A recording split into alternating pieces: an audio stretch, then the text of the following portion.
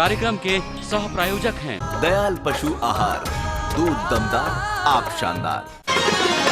अन्नदाता, अन्नदाता, अन्नदाता, नीत तुम्हारा अन्नदाता, पग पग पर है संग तुम्हारे अन्नदाता।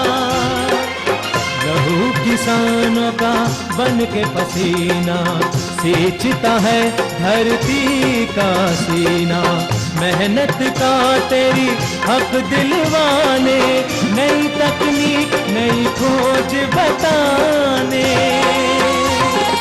पशुधन को गुणवान बनाना, पौध सुरक्षा को सिखलाना, खेती के सब गुर समझाने, भारत का सरताज बनाने, आठों पहर है संग तुम्हारे अन्नदाता, अन्नदाता। नमस्कार, मैं शालिनी आप सभी दर्शकों का अन्नदाता कार्यक्रम में स्वागत करती हूं। हर रोज की तरह कार्यक्रम में हम आज भी लेकर के आए हैं खेती बाड़ी से जुड़ी हुई बहुत सी लाभकारी जानकारियां। तो चलिए सबसे पहले देखते हैं क्या है विशेष आपके लिए आज के कार्यक्रम में। धान की फसल में नाशी जीव प्रबंधन पर जानकारी भाग 1।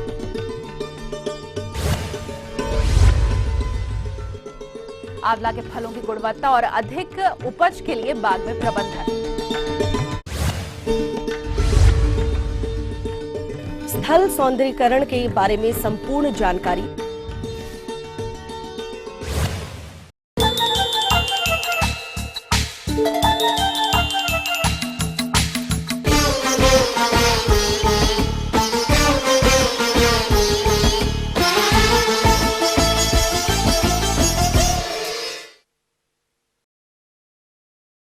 देश के खाद्यान्न की मुख्य नाड़ी धान फसल की अगर बात की जाए तो ये सबसे अधिक क्षेत्रफल पर उगाई जाती है, लेकिन इस फसल को सबसे ज्यादा नुकसान कीट और रोगों से होता है, जिसके फलस्वरूप 25% से लेकर 80% तक की हानि हो जाती है, जिसके कारण किसानों की कमर टूट जाती है।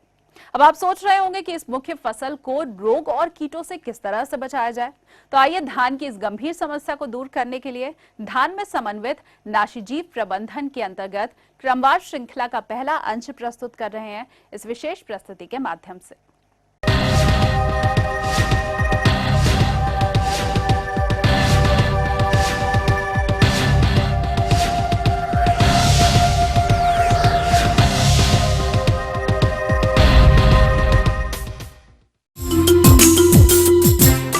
किसानों की मुख्य समस्या कीट एवं रोग, आखिर क्या है इसका समाधान?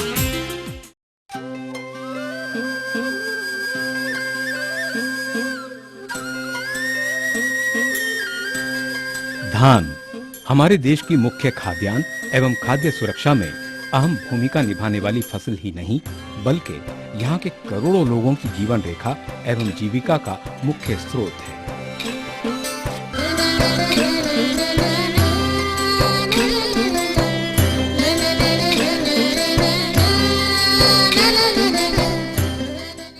जिसका क्षेत्रफल वर्तमान में देश की लगभग 43.8 मिलियन हेक्टेयर है तथा इसमें लगभग 20.2 मिलियन हेक्टेयर उत्तर प्रदेश, उत्तराखंड, बिहार, झारखंड, पंजाब, हरियाणा, मध्य प्रदेश, छत्तीसगढ़ तथा राजस्थान के अंतर्गत आता है।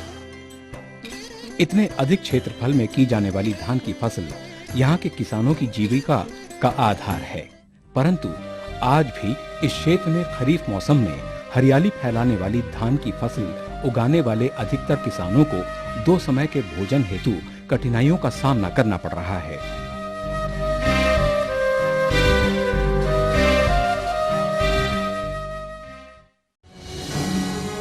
यूं कहें कि ये कृषक ऐसी विषम परिस्थितियों में अपना जीवन यापन कर रहे हैं, जिसका मुख्य कारण फसल उगाने हेतु लागत खर्च पर कोई नियंत्रण न होना, बाजार में उत्पाद के मूल्य में उतार चढ़ाव एवं प्राकृतिक आपदा जैसे बाढ़, सूखा, पाला तथा फसलों पर कीट व्याधियों एवं खरपतवारों का भयंकर प्रकोप है। ऐसे में किसान भाई काफी असमंजस की स्थिति में हैं तथा कठिन परिस्थितियों का सामना कर रहे हैं। धान की खेती में किए जाने वाले अनुसंधानों से खेती की नई तकनीकियां एवं नई किस्मों के आने के बावजूद भी कीट व्याधियों के प्रकोप में कोई कमी नहीं आई, जिसके कारण धान के उत्पादन को भारी क्षति हो रही है। देश की खाद्यान्न सुरक्षा की मुख्य नाड़ी धान की फसल के उत्पादन को गिराने वाले कई कारण हैं, जो कि झकझोर देने वाले हैं।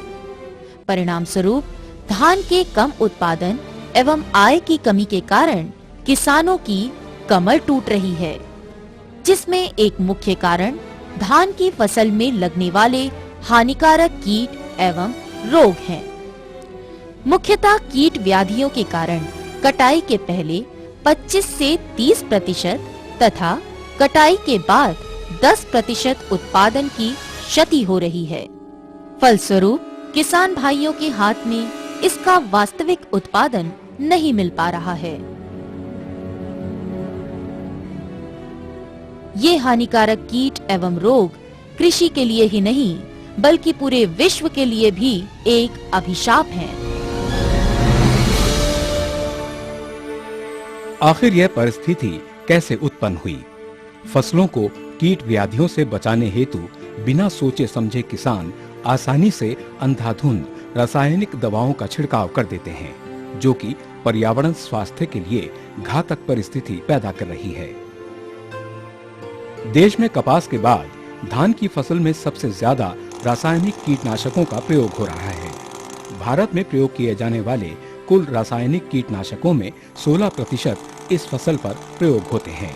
इसलिए ये भयावह स्थिति पैदा हो गई है। हमें अब पता चल रहा है कि इसकी वजह से खाने वाला आहार, पीने योग्य पानी एवं हवा विषाक्त एवं प्रदूषित हो रहे हैं, जिसका उपयोग करने वाले मानव और पशु पक्षियों के स्वास्थ्य पर विपरीत प्रभाव पड़ रहा है। फसलों के हानिकारक कीट कीटनाशकों के प्रति सहनशील होकर और ज्यादा विकट परिस्थिति पैदा कर रहे हैं। फसल को मदद करने वाले मित्र कीट इन रासायनिक दवाओं के प्रयोग से खत्म हो रहे हैं। परिणाम स्वरूप मनुष्य के जीवन पर ही प्रश्न चिन्ह लग रहा है, क्योंकि यदि ज्यादा असरदार एवं आधुनिक रासायनिक कीटनाशकों का प्रयोग किया गया तो फिर कीट इसके प्रति अपनी सहनशीलता बढ़ा ले रहे हैं। यदि इसको एक वाक्य में बोला जाए तो कीटनाशकों पर ज्यादा पैसा व्यय कर रासायनिक कीटनाशकों पर निर्भर रहना अपनी खेती के साथ अपने आप को ही हानि पहुंचाना है। फिर भी भयावह स्थिति पैदा करने वाले ये फसल के हानिकारक कीट एवं रोगों को किस प्रकार नियंत्रित करना है, इसके लिए पर्यावरण मित्रवत मापदंड मार्ग क्या है? तो किसान भाइयों, इनके नियंत्रण हेतु पर्यावरण अनुकूल एवं मित्रवत उपायों को अपनाना ही एकमात्र रास्ता है। वैज्ञानिकों के द्वारा कीट व्याधि नियंत्रण करने हेतु जो सुझाव दिए गए हैं, वो ज्यादा सुरक्षित एवं कारगर उपाय हैं, जिसे हम समेकित नाशी जीव प्रबंधन कहते हैं। किसानों के अनुभवों के परिणाम के आधार पर हम कह सकते हैं, समेकित नाशी जीव प्रबंधन एक सबसे सुरक्षित, कारगर एवं अच्छा उपाय है।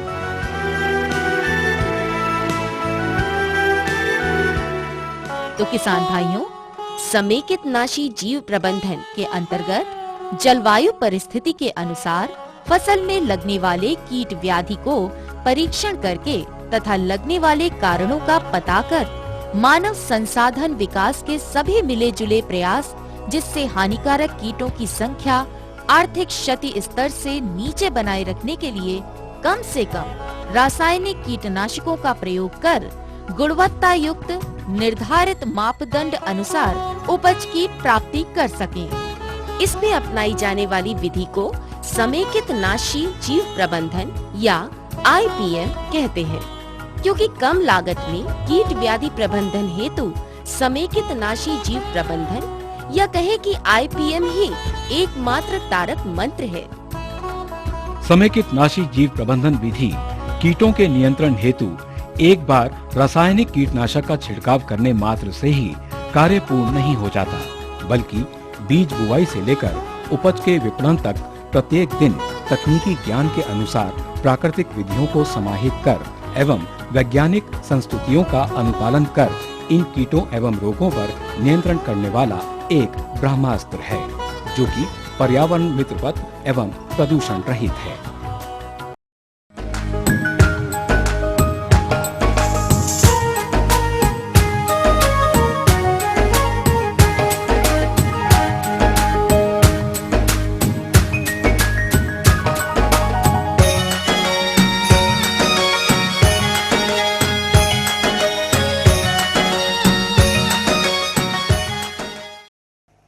आंवला के बाग में इस समय फल लगे हैं। इन फलों की अच्छी गुणवत्ता के लिए बाग में कुछ महत्वपूर्ण कार्यों को करने की जरूरत है। इन कार्यों को करने में किसी भी प्रकार की कमी फलों की गुणवत्ता और उपज को प्रभावित करेगी। इसीलिए बाग की देखरेख प्रबंधन किस तरह से करना है, जानते हैं कृषि विश्वविद्यालय कानपुर के डॉक्टर पीएन कटियार से।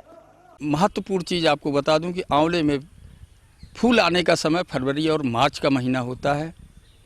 फूल आता है, फल सेट हो जाता है और इसके पश्चात फल सुसुप्तावस्था में चला जाता है, क्योंकि टेम्परेचर बढ़ जाता है। वो टेम्परेचर इसके लिए फलों के बढ़ने के लिए उपयुक्त नहीं होता है, इसलिए सुसुप्ता काल में चला जाता है। इस समय वर्षा ऋतु का मौसम है, अगस्त का महीना शुरुआत हो गई है, टेम्परेचर डाउन हो गया है, ह्यूमिडिटी हवा में नमी की मात्रा बढ़ गई है। ये इसके लिए उपयुक्त समय है।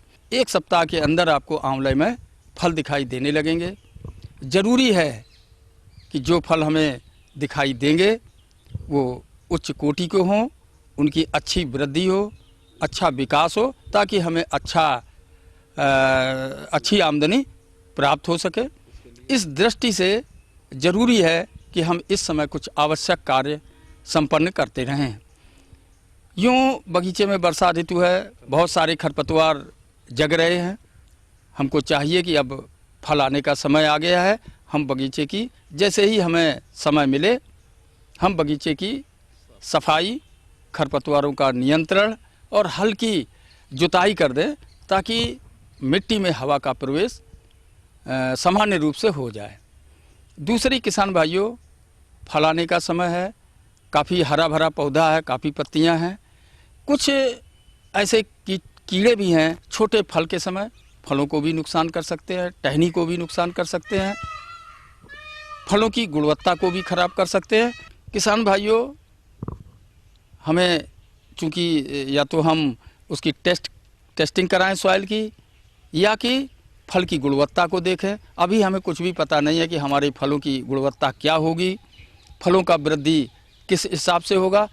इसलिए आवश्यकता है कि एक छिड़काव कम से कम हम माइक्रोन्यूट्रिएंट्स में कैल्शियम, जिंक, सल्फर, बोरोन इसलिए आंवले के फलों के लिए महत्वपूर्ण है, क्योंकि बोरोन की कमी में फलों में काले काले धब्बे पड़ जाते हैं और फलों की गुणवत्ता खराब हो जाती है। विशेष रूप से बोरोन का आंवले में रोल देखा गया है।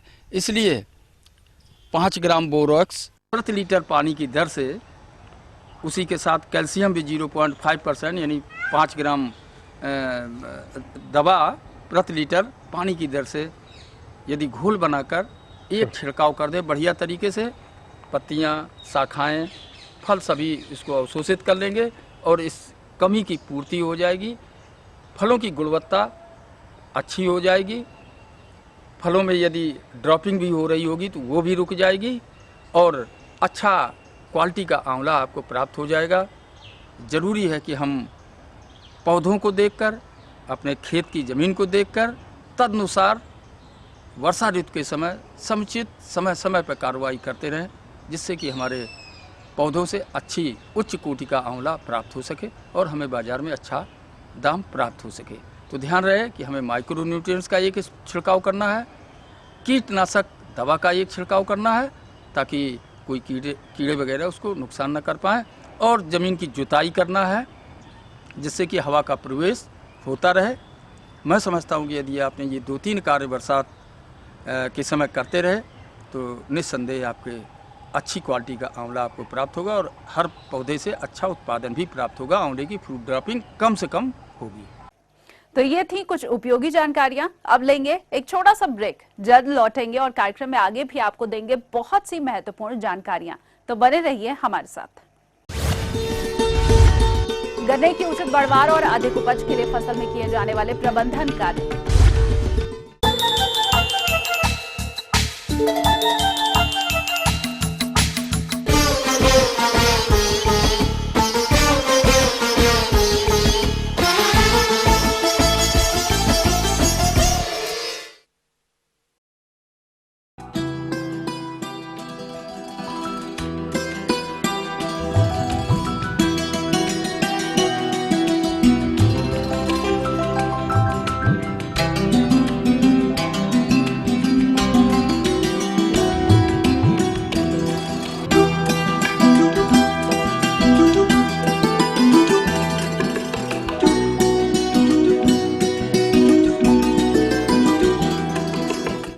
अगर हम बात करें इसके प्रोनिंग की, तो कौन से ऐसे पौधे हैं जिनके लिए प्रोनिंग बहुत ज़्यादा ज़रूरी होती है?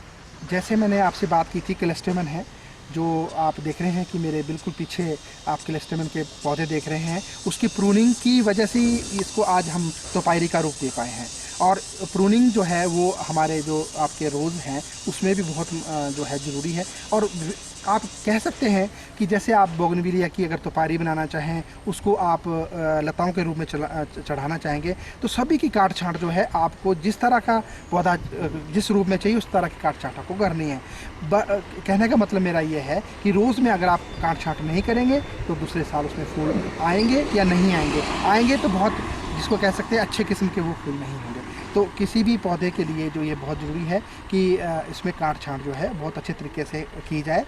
पेड़ों में वस्तुतः हम काट छाँट की ज़रूरत हम महसूस नहीं करते हैं, पर जो आप ये कह सकते हैं कि सौंदर्यकरण में उसकी जो है लॉपिंग जिसको हम कहते हैं उसको करना जरूरी होता है। कि निचले जो बेकार की टहनियाँ हैं जो आपको किसी आपके दृश्य को रोक रही हैं उसको काटना जरूरी होता है, एक रूप उसको देना बहुत ज़रूरी बन जाता है।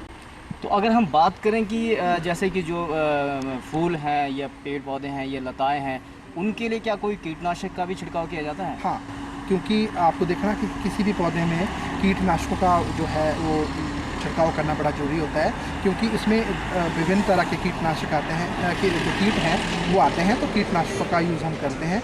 और जैसे आप कह रहे हैं कि फंगल डिजीज़ भी बहुत आ जाती हैं, तो हम प्रिकॉशन के तौर पे क्या करते हैं कि जब हम पौधे को लगाते हैं तो हम पौधों को जो है डाइथेन के घोल में या बेबिस्टिन के घोल में जो है 2 ग्राम जो प्रति लीटर डाल के उसको डिप करते हैं।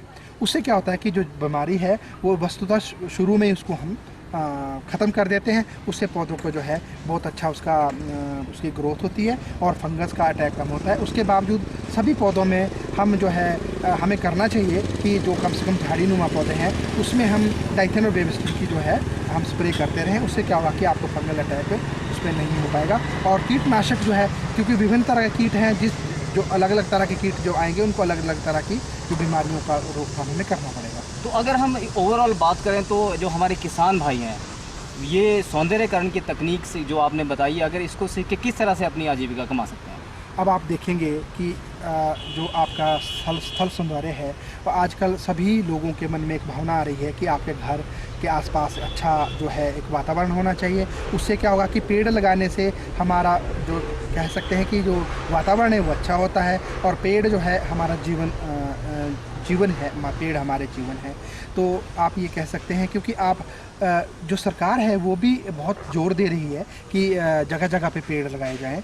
उसके लिए आपको नर्सरी की ज़रूरत पड़ती है। तो हमारे किसान भाई जो है जिनको इस चीज़ का एक शौक़ है, वो एक जो है फूलों की नर्सरी भी शुरू कर सकते हैं। अब आप फूलों की नर्सरी में उसमें आप गमले भी बेच सकते हैं, गमले नुमा पौधे बेच सकते हैं। उसके अलावा आप जो पेड़ की नर्सरी वो उगा सकते हैं।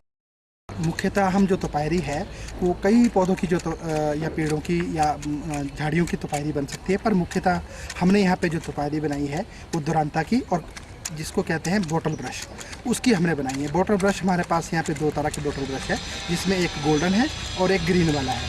तो आप ये कह सकते हैं कि भाई इनकी तोपायरी बनाने के लिए हमें अलग अलग तरह के जो है इसके जो इंस्ट्रूमेंट्स यूज़ करने पड़ते हैं, जिसमें आपको हेज कटर है और आपका जो कैंची जिनको हम कहते हैं उनका हम यूज़ करते हैं, हेज कटर का ज़्यादा यूज़ करते हैं। जो कैंची जिनको हम कहते हैं उनका हम यूज़ करते हैं, हेज कटर का ज़्यादा यूज़ करते हैं।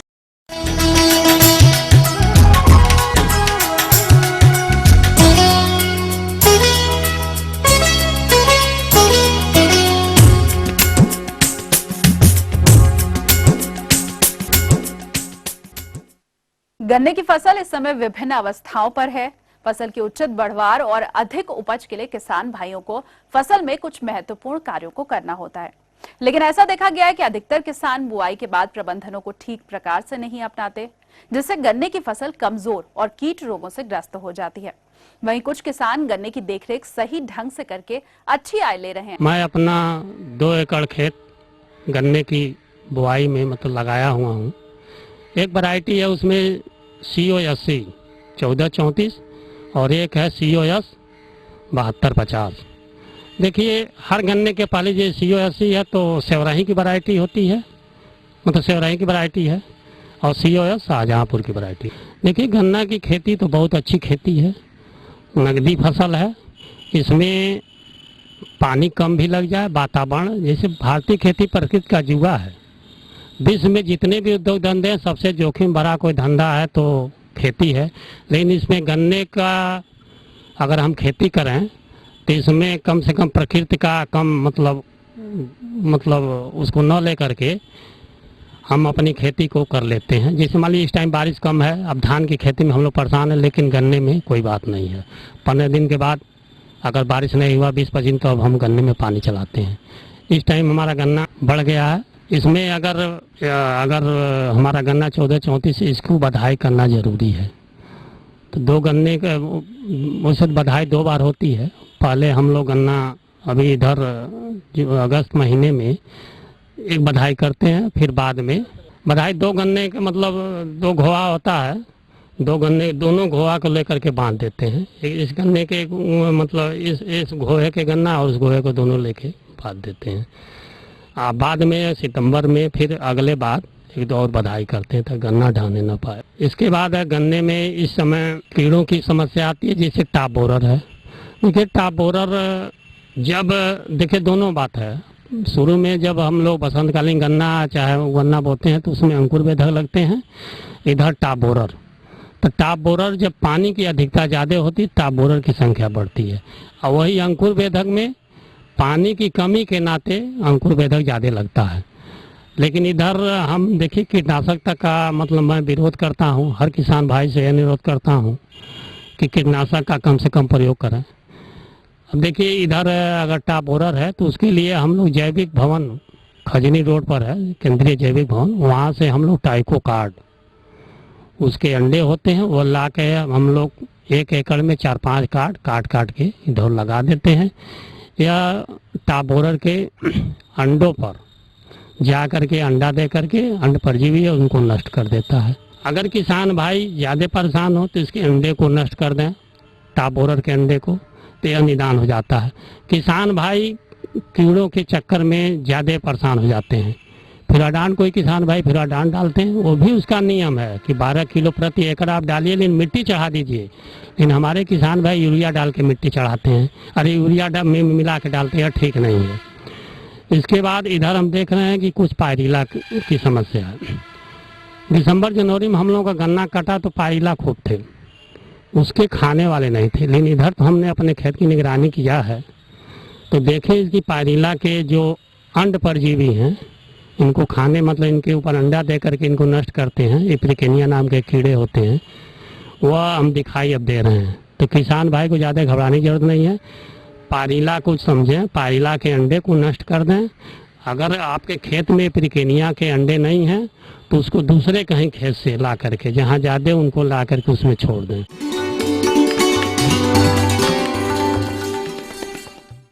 अन्नदाता हेल्पलाइन निशुल्क फोन संपर्क सेवा के माध्यम से आपके द्वारा पूछे गए प्रश्नों में से 1 या फिर 2 महत्वपूर्ण प्रश्नों को हम अपने कार्यक्रम में शामिल करते हैं, और इसी के तहत आज का चयनित प्रश्न और उसका जवाब इस प्रकार है। निःशुल्क अन्नदाता हेल्पलाइन में आज हमने जिस प्रश्न को शामिल किया है उससे पूछा है फैजाबाद के कुबेर शर्मा ने।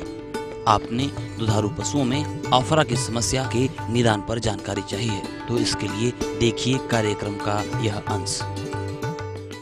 जैसा कि आपको ध्यान है कि अभी बरसात के मौसम में बहुत ज़्यादा हरी घास पशुओं को खाने में मिल रही है। ये हरी घास पशुओं को स्वास्थ्य के लिए लाभदायक तो है ही है, परंतु इसके साथ साथ कुछ पशुओं में ये नुकसान का काम भी कर रही है। जो पशु अत्यधिक मात्रा में हरी घास खाते हैं उनको आफरे की समस्या इस सीजन में सबसे ज़्यादा पाई जाती है। आफरा मुख्य रूप से गाय, भैंस, बकरी, भेड़ तथा उन पशुओं में पाया जाता है जो पशु जुगाली करते हैं। इसमें पशु को खुला चारागाह में चढ़ने के लिए छोड़ देते हैं तथा उनको सूखा चारा अपन नहीं देते हैं, तो ज़्यादा मात्रा में पशु हरे चारे को खाने के बाद उसमें ओदरी में, जिसको हम रुमन बोलते हैं, उसमें एक फर्मेंटेशन ज़्यादा होने से आफरे की समस्या बनती है। और ये आफरे की समस्या को आप ऐसे पहचान सकते हो कि बाईं तरफ जहाँ त्रिकोणाकार छेद होता वो उभरा हुआ हो रहेगा और उस उभरे हुए जगह पे आप हाथ से थपथपाओगे तो गैस की आवाज़ सुनाई देगी और इससे पशु में मृत्यु भी बहुत जल्दी हो जाती है। इसके लिए पशुओं को इस बीमारी से प्राथमिक उपचार के रूप में आप पशु के तुरंत मुंह में एक लकड़ी जबड़े के बीच में अटका देनी चाहिए ताकि पशु के पेट में से ज़्यादा गैस निकल जाए। उसके बाद आप जिस साइड से आपको आफरा लग रहा है बाई तरफ से ट्रोकार कैनुला या बड़ी नीडल लेके, सुई लेके उसमें से गैस निकाल देनी चाहिए। तब तक पशु चिकित्सक की व्यवस्था हो जाती है। नहीं तो उसके बाद आपको घर में जो भी आप खाने का तेल काम में लेते हैं, हो सकता है सरसों का तेल हो, तिल्ली का तेल हो, जो भी आप खाने का तेल काम में लेते हैं वो तेल करीबन 1 गिलास तेल, और आप 1 गिलास से ज़्यादा भी तेल काम में ले सकते हैं। सरसों का तेल हो तो ज़्यादा अच्छा है।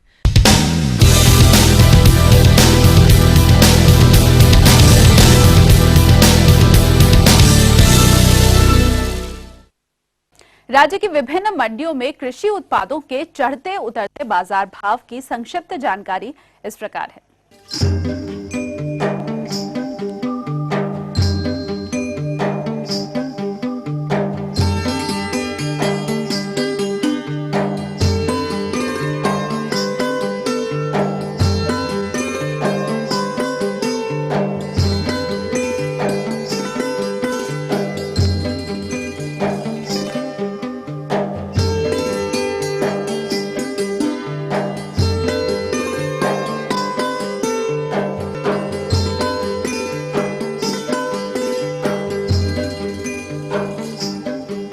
हम ये उम्मीद करते हैं कि आज का कार्यक्रम आप सभी दर्शकों के लिए उपयोगी रहा होगा। किसान भाइयों, अन्नदाता आपकी सेवा के लिए संकल्परत है। कृषि संबंधित समस्या और सुझावों के लिए आप हमें इस पते पर संपर्क कर सकते हैं। प्रोड्यूसर अन्नदाता, ETV Uttar Pradesh Uttarakhand, Ramoji film city, Hyderabad 501512। साथ ही आप हमें ईमेल भी कर सकते हैं। हमारा ईमेल ID है annadatta.up@etv.co.in। इसके अलावा आप हमें निःशुल्क हेल्पलाइन नंबर 1800-108-4599 पर सोमवार से शनिवार सुबह 10 से शाम 4 बजे के बीच संपर्क कर सकते हैं। और आइए अब देखते हैं कल दिखाए जाने वाले कार्यक्रम की मुख्य झलकियां। धान की फसल के विभिन्न हानिकारक कीट और रोगों के नियंत्रण पर विशेष जानकारी भाग 2।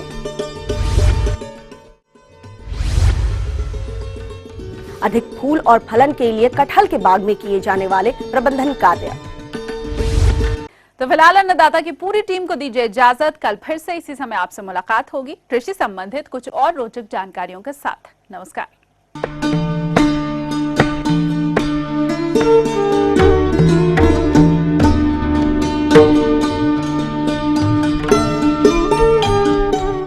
इस कार्यक्रम के सह प्रायोजक थे दयाल पशु आहार, दूध दमदार, आप शानदार।